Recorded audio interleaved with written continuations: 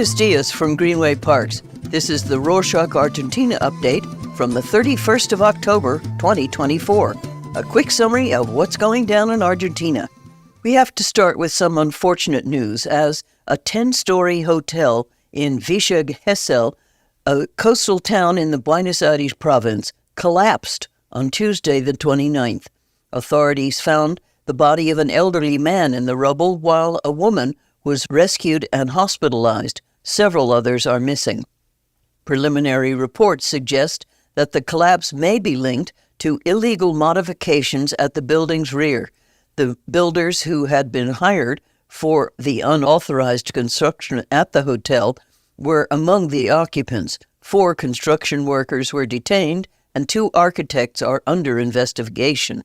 Federal support teams have joined the local efforts to clear debris and locate those still missing. In more positive news, Argentina's country risk dropped below 1,000 basis points for the first time since 2019. The decrease reflects stabilizing efforts in the economy, support from international lenders, and a favorable meeting between Luis Caputo, the economy minister, and Kristalina Georgieva, the chief of the International Monetary Fund, or IMF. Recent loans from the World Bank and the Inter-American Development Bank also boosted investor confidence. Celebrating his recent recognition as Finance Minister of the Year by Latin Finance, Caputo announced from Washington that Argentina is in talks with the IMF for a new agreement, including potential fresh funding, though he cautioned that reaching a deal may take time. Still, in economic news, Reuters recently published a poll indicating that Argentina's economy is expected to rebound in 2025. Economic growth is forecast at 3.5% next year, with major contributions from energy, manufacturing, and service sectors as regulations ease and investments grow. However, challenges remain, including debt payments and limited reserves, which may make further fiscal adjustments difficult despite increasing exports and tax revenues. Speaking of which, the government has taken control of the national mint,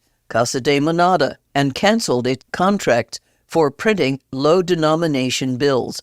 Officials said that printing low-value bills like the 1,000 and 2,000 pesos doesn't make financial sense, especially with the rise of digital payments. Casa de Moneda has halted all currency printing and affected workers will use their available vacation days. Printing is not the only thing that has come to a halt. The government announced a new rule that eliminates the possibility of public workers giving public sector jobs to family members or friends. The new rule aims to boost fairness and transparency in public hiring by banning appointments based on family ties, political connections, or influence. Instead, all hiring will now be open to the public, overseen by independent evaluation committees. These committees will produce public reports for each hiring process, and the Anti-Corruption Office will conduct audits to ensure everything is merit-based. Those caught breaking these rules can face penalties from suspension to removal from their position. Someone who was removed from their position, although for different reasons, is Diana Mondino, the foreign minister. President Milei fired her after she supported a UN resolution calling for an end to the U.S. embargo on Cuba, aligning Argentina with more than 180 other countries and going against key allies, the U.S. and Israel. Mondino's recent diplomatic moves, like calling the Malvinas Islands the Falklands and hinting at a possible shift in Argentina's stance towards joining BRICS, had already started controversy, and her replacement, Gerardo Huertain, was previously ambassador to the U.S. and is expected to strengthen ties with Milei's preferred allies. Next up, Argentina recently avoided being placed on the Financial Action Task Force's Gray List, a designation that flags countries needing stricter monitoring for money laundering risks. The Justice Ministry and Argentina's Supreme Court played crucial roles addressing concerns about judicial delays in financial crime cases. On the topic of audits, the University of Buenos Aires, or UBA, is taking legal action against the government over plans to audit public universities through CIHEN, an executive-controlled audit agency. The UBA argues that CIHEN's oversight is illegal since universities, which are autonomous, should only be audited by independent bodies overseen by Congress, not the executive branch. While the UBA is open to audits, it insists these must follow legal channels, typically under the General National Audit Office. A lot has changed this week from a legal standpoint. The government has also changed its refugee laws to bar individuals accused or convicted of serious crimes in other countries from obtaining refugee status.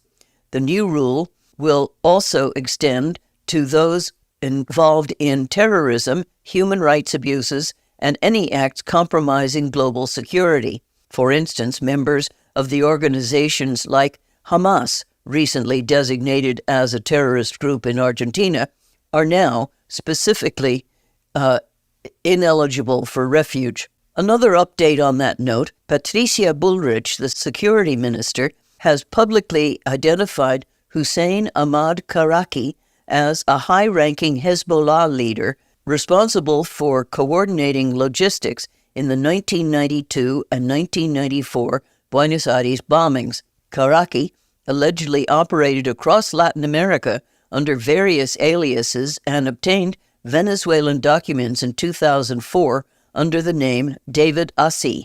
Bullrich said that Karaki still poses a threat, with recent unsuccessful attacks reportedly linked to him across South America. Authorities expect an Interpol red alert as the country collaborates with judicial authorities on this case. In diplomatic news, over 30 embassies in Argentina issued a joint statement advocating for the protection of LGBTQIA+ rights amid rising hostility. Organized through the Equal Rights Coalition, the statement emphasizes the belief that inclusive societies are crucial for peace and prosperity. This declaration, supported by countries like the U.S., Germany, and Canada, contrasts with recent policy shifts under President Milei, whose administration dissolved the Women, Genders, and Diversity Ministry and anti-discrimination watchdog INADI. Lithium is still a hot topic, and this week, the French mining company Aramé SA decided to buy back the nearly 50% stake held by China's Tsingshan Holding Group in their joint lithium project in Argentina, marking a rare retreat for Tsingshan from its expansion into lithium beyond its primary nickel business. The $700 million deal gives Aramé full control over Aramine Sudamerica's plant, which uses direct extraction technology to produce lithium carbonate, with a potential output of up to 75,000 tons annually. Aramé, supported by its major shareholder, the French government, views the move as bolstering France's control over its critical raw materials. Also in France, the Argentine goalkeeper Emiliano Dibu Martinez was named the world's best goalkeeper for the second year in a row, receiving the Yashin Trophy at the Ballon d'Or ceremony in Paris. Despite boos from the French crowd still remembering his role in the World Cup win, Martinez accepted the award with pride, expressing gratitude to his club, Aston Villa, and the Argentina national team. This makes Martinez the first goalkeeper to win the award twice. For all the gamers out there, the Buenos Aires Herald news outlet published an article that covers the Argentine Video Game Expo, where local developers presented games inspired by Argentine culture and history, from traditional themes like mate to national myths and historical events such as the Malvinas War. Argentina is leading Latin America in game production, and you can learn a lot about the culture through these games. Read the article with the link in the show notes. As we enter November, keep in mind there's a national holiday coming up. The 20th of November marks National Sovereignty Day in honor of the Battle of Vuelta de Obligado in 1845. This historic battle took place in the Paraná River, where Argentine forces fought against British and French fleets, attempting to navigate inland without permission to control regional trade routes. Despite being outgunned, Argentina's resistance became a symbol of national sovereignty and pride, celebrating the country's efforts to defend its autonomy and territorial integrity. This year, the bank holiday has been moved to Monday, the 18th, to encourage tourism. And that's it for this week. Thank you for joining us. We're so thankful to our listeners who follow us on Spotify, Apple Podcasts, and other platforms, especially those who share the show with other friends and family. If you'd like to pass along an episode by sending an MP3 through a messaging app, you can download any episode directly from our website at www.rorschach.com/Argentina. You'll also find the link in the show notes. Thank you. Nos vemos la próxima semana.